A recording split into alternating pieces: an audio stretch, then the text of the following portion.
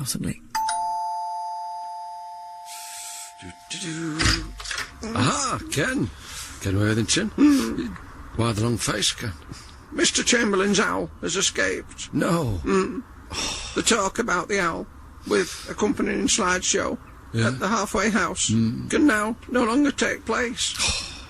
Let me explain, listeners. Tonight we were hoping to go to the halfway house to see Mr. Chamberlain show his owl, and you could stroke the plumage if you wanted to. I was planning, Ken, to do a phone-in with Joan Chitty to talk about her budget to get people in the mood. Lovely. Because, yes, all right, most of the listeners wouldn't be able to attend, but some of them might have been, you know. Yeah. I thought so with Mr. Chamberlain. And the owl. Yes, the owl as well, granted, Ken. Let's hope it's not too long before the owl is recaptured. That's right. Obviously, we'll keep you posted on that, listeners. In you come, Ken. Thank you. Yeah, this is grave news indeed. It is.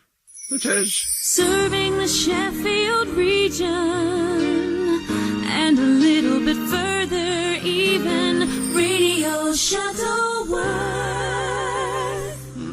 And it gets worse, John. Oof. Because Janet LaRoe, who could have provided alternative entertainment with a karaoke machine, she's still poorly. That bad cold she had last week has developed into Hong Kong flu. Was it? So Gloria has asked me if I will mount a little production for tonight, a review or something, you know. Well, I could do it, Ken, on my organ. Can you guarantee that they won't wander back to the rooms?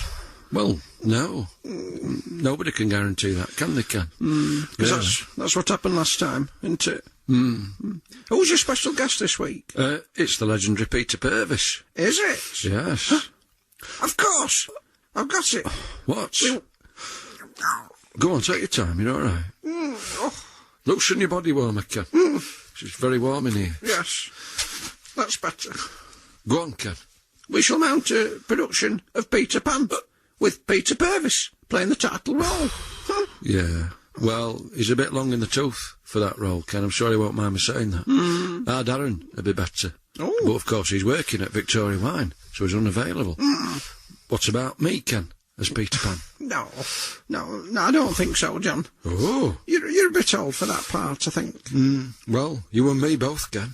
Yes. All right, then. Captain Hook it is. I'm afraid not, John. What do you mean? I'm playing Captain Hook. You? Well, I'm eminently suited to the role. What? Because I've had my ears pierced, I've got curly hair, and I've got a nice frilly shirt, you know. I'm going to ask your daughter Karen to take the role of Wendy. Oh, yeah. And Mary, she'll play Tinkerbell. Right, let's go off and write the script. Hang on, Ken. What am I playing? Oh, would you like to play the crocodile, John? Because you like dressing up in silly costumes, don't you? Yes, I do. But where am I going to find a crocodile costume, Ken? You don't need one. Do it symbolically. What do you mean? Well, Mary's got crocodile skin handbag, hasn't she? You could swing it around and, you know, camp it up a bit. Yeah. Have an alarm clock, stuff down your jumper, and keep going, "Oh, is that the time? I really must fly." Then mince off stage. To be lovely. Stupid. Right. Karen, Mary, can I have a word? If you're feeling down and your bubbles burst, tune into Radio Shuttleworth. I want no part in Ken's production. Sounds awful, doesn't it, ladies and gentlemen? And I shan't even mention it to Peter Purves when he arrives. I think Gloria would be better off having Joan Chitty talk about her budgie, because she got a new plastic ladder. She's quite nice. She's got some webbing that the budgie clings onto. You know, it's quite interesting. The audience could examine the different types of seed that the budgie gets, you know. Excuse me. Peter Purves. John Shuttleworth. You're very welcome. I'm delighted I am. Please come in. Thank you. Cross the threshold. Whoops, sorry. It's raised that little bit, isn't it? It is indeed, yeah, of course it is. Some people catch the foot on the rubber seal. I did. You did? Oh, you have. It's come adrift. Sorry. That's it, relocated it.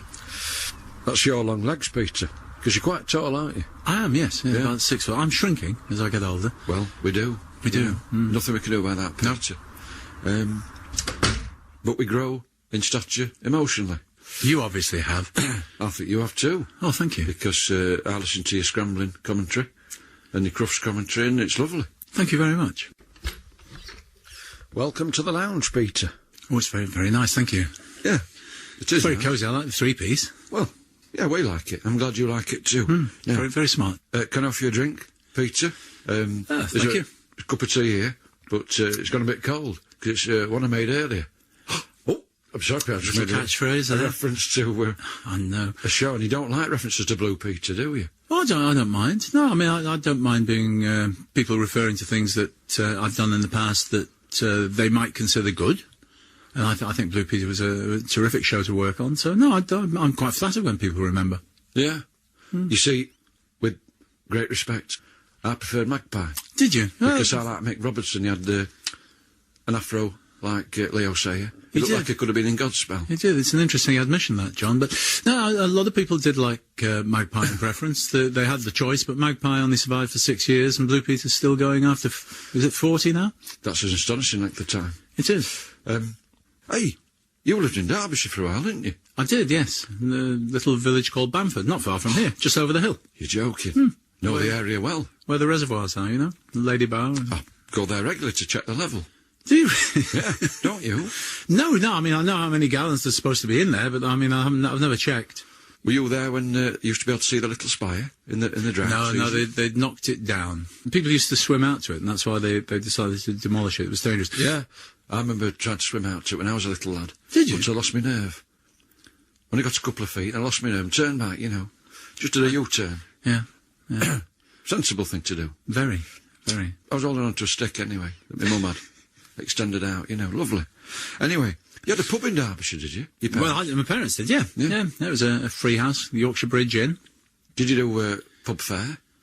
Yeah, they had a little restaurant. They used to serve things like ham and eggs, which were absolute luxuries, you know, because people didn't... Eggs and gammon. Yeah. Poor Rhiannon. Absolutely. Do you know that one? No. Would you like to hear it? Yeah. Right, because I've got my keyboard in the lounge. Ooh, lovely. And the musical guest hasn't arrived yet, so why not? Yes. It's a bit cheeky for early evening, but we shall be all right. It's a fun track, Peter. Ken had some eggs and gammon at a restaurant in Rill. Then he went with his wife Rhiannon to the campsite on the hill. The night was very windy, though outside it was still. Oh, eggs and gammon, poor Rhiannon Ken had wind. Oh, eggs and gammon, poor Rhiannon Ken's bad wind. That's the sound I should have had, Peter. But the first one worked as well, didn't it? Yes. They opened up the tent flaps, but the smell it seemed to stay. They tightened all the guy ropes just in case they blew away.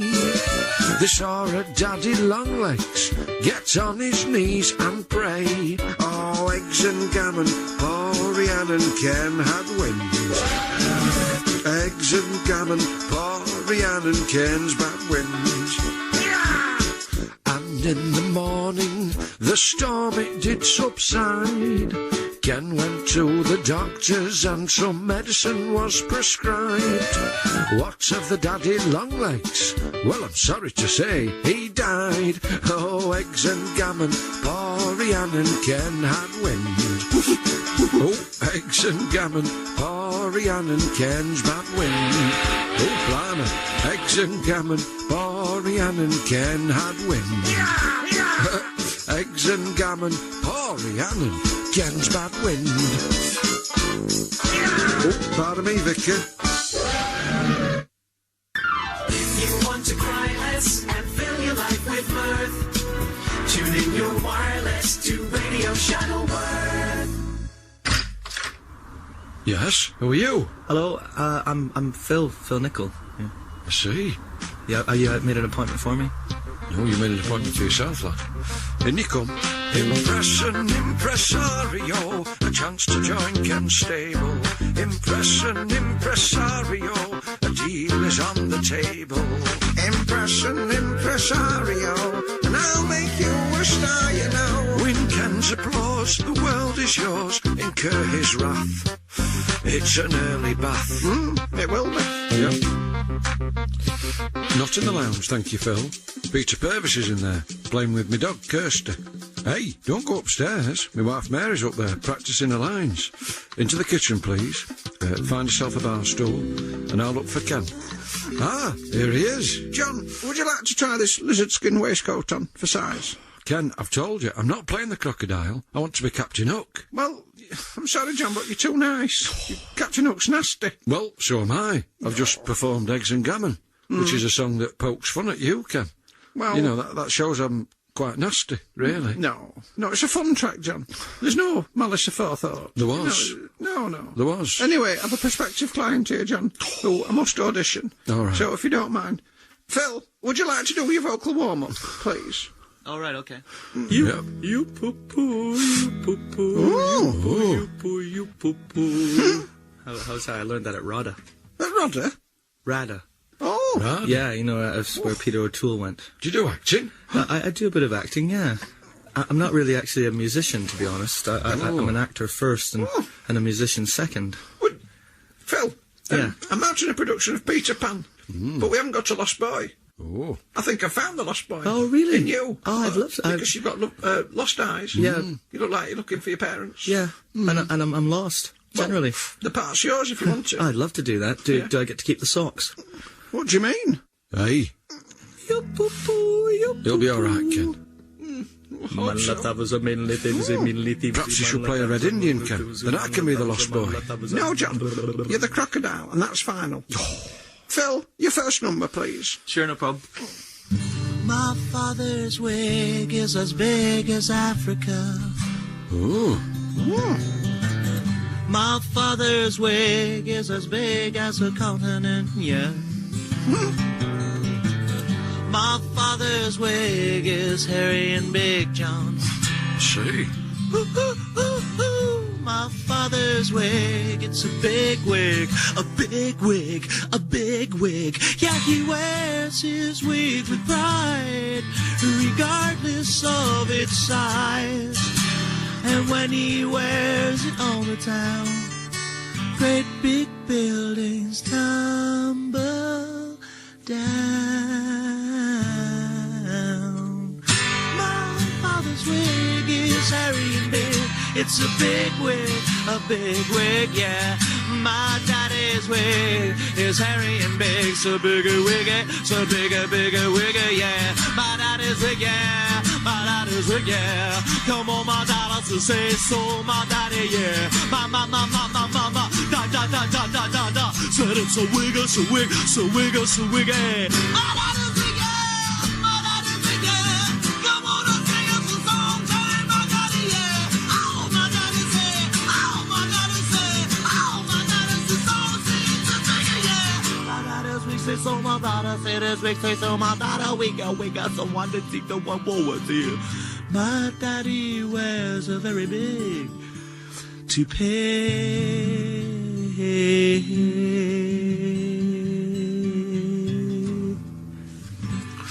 No. Phil Nichol there. Yes. What can I say, Ken? Well, Without being rude to Phil, he's mad, isn't he? possibly. But then I would be mad if I didn't snap him up today. Because 1 minute is Tina Turner, the next is John Denver.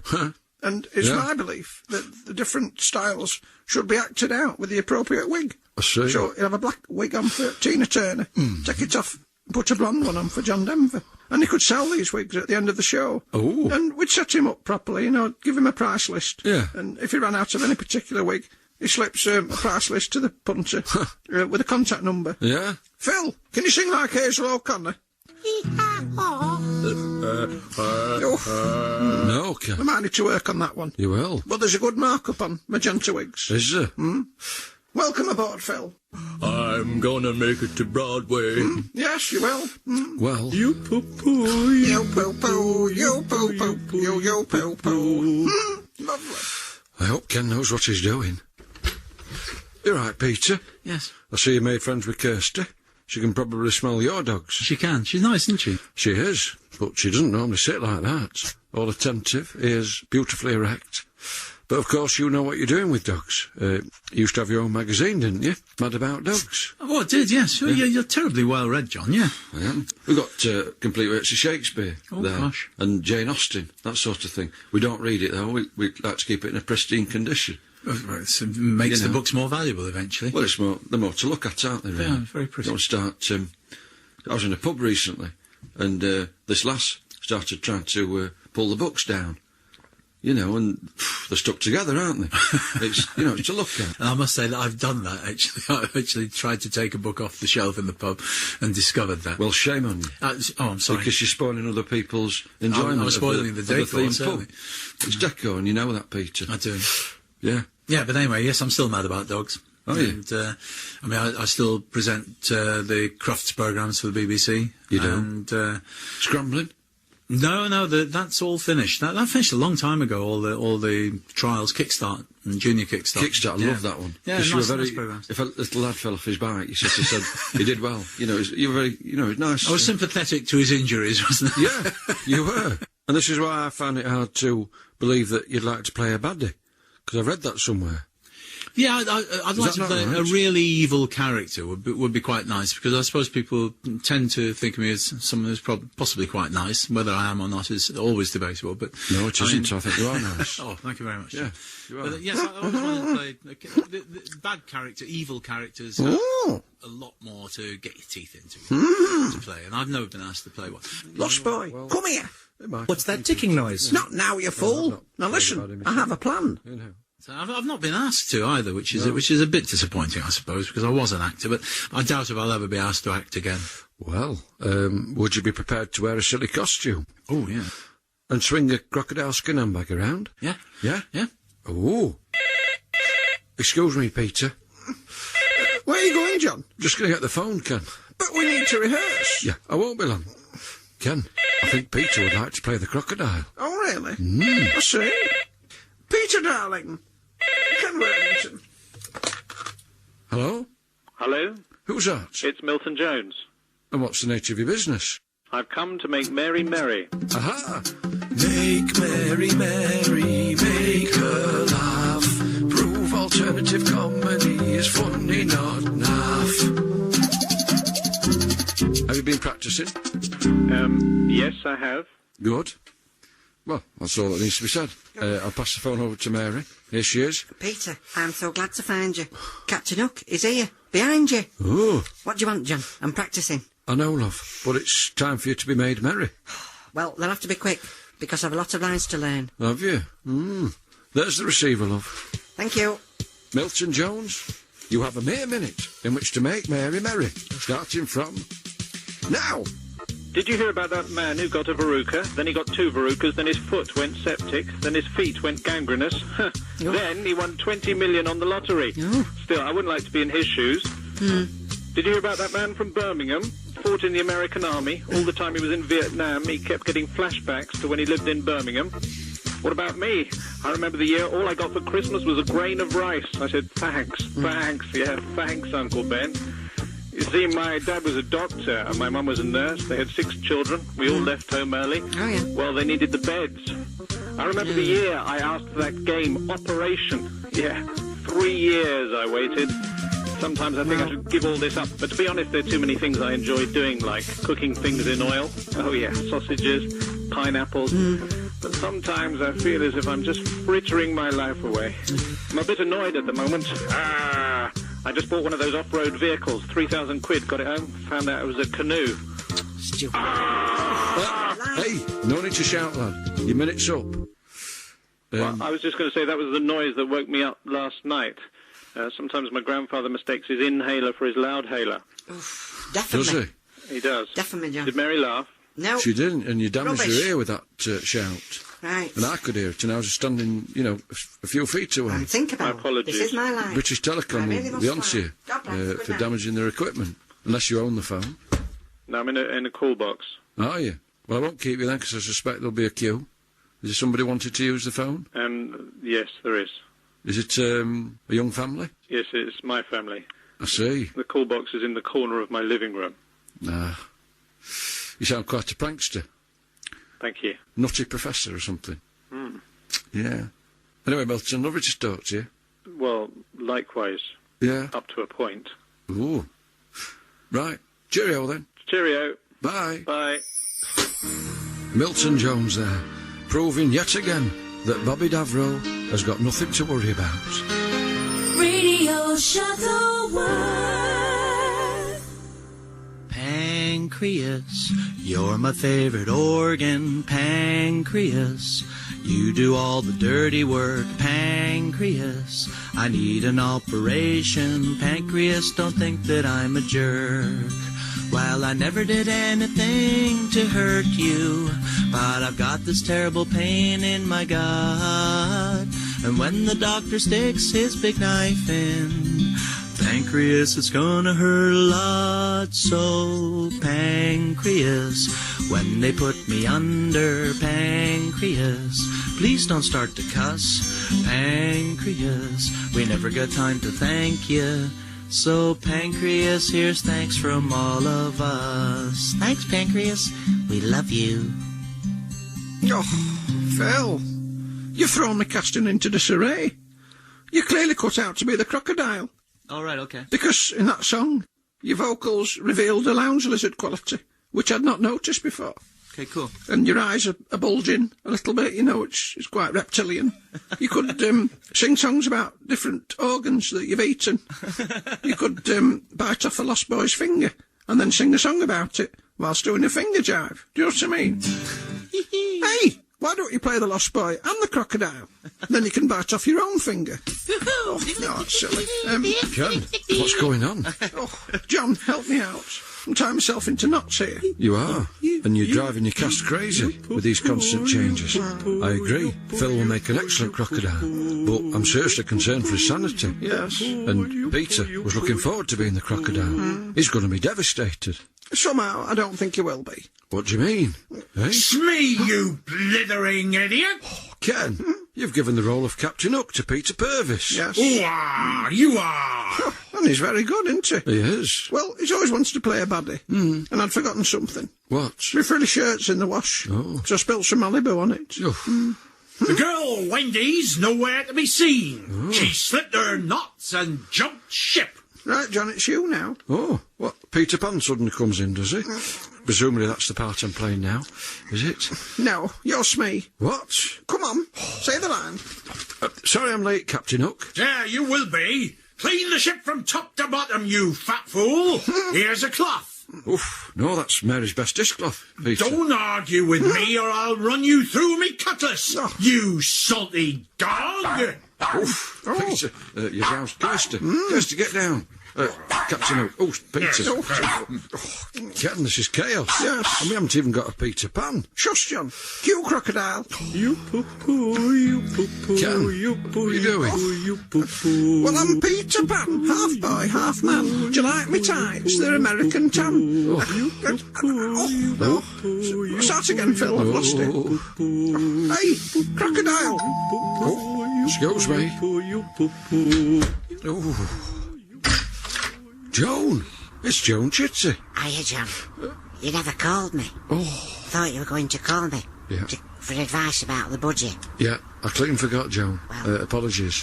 What happened is that they cancelled the talk about the owl. I know. At the halfway house. Yeah. And But it's so... been recaptured, John. So the talk can go ahead as planned. Oh. Yeah. And this, of course, means that Ken's play need not be mounted. No, it need not. No. Can I come in? Because Leslie's getting a bit cold. Of course you can, Joan. In you come. Thanks, John. Yeah. Leslie's Joan's budgie, and I appreciate you brought him, Joan, to prepare the listeners for the talk about the owl. I did. But I think we'll be off air by then. Oh, are you still broadcasting? We are, yes.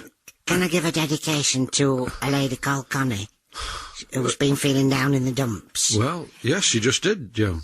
Oh, Yeah. thanks, John. You know, you're a very kind man. Mary's very lucky. Well, yeah, it's nice of you to say so. Oh, John, Peter Pan. The part's yours if you want it. I don't, Ken. Thank you, no. Oh, Captain Hook, then. Oh. 'Cause Peter's lost interest in the garden with Kirsty. No, Ken. I've decided I don't want to play a baddie. That's right, John. Oh, Joan, I didn't see you there. Hiya, Ken. Would you like to play Peter Pan? I'd love to. Hang on, Ken. And you can play Tinkerbell as well. Oh. 'Cause Mary's walked out on me. Oh. Wants to watch Emmerdale instead. Does she? Yeah. No, thinking about it, just put the budgie on your shoulder, bloody Joan. Oh. I've found me catching up. Yeah. But I still don't have a Wendy. Oh. Where is Karen? Oh, Ken, look, listen. Oh, sounds like I'm giving advice about crossing the road, doesn't it, Joe? No. No. What I'm saying is, Ken, what? Mr. Chamberlain's owl has been recaptured. What? Yeah, and the production of Peter Pan has therefore been cancelled. Yeah. Oh, thank God. Yeah, I thought you'd be pleased. He's happy now, ain't he, John? I think we all are, Joe. Though I know Peter was looking forward to playing a baddie, but I don't think he could have done. I mean, look, he's coming in from the garden now, cradling Kirsty in his arm. He's a nice man.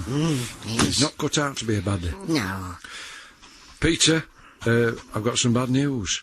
The production of Peter Pan has been cancelled. Oh, that's very disappointing. You built my hopes up a bit. Yeah, I'm sorry, but you can come and see an owl at the halfway house if you want to. Yeah.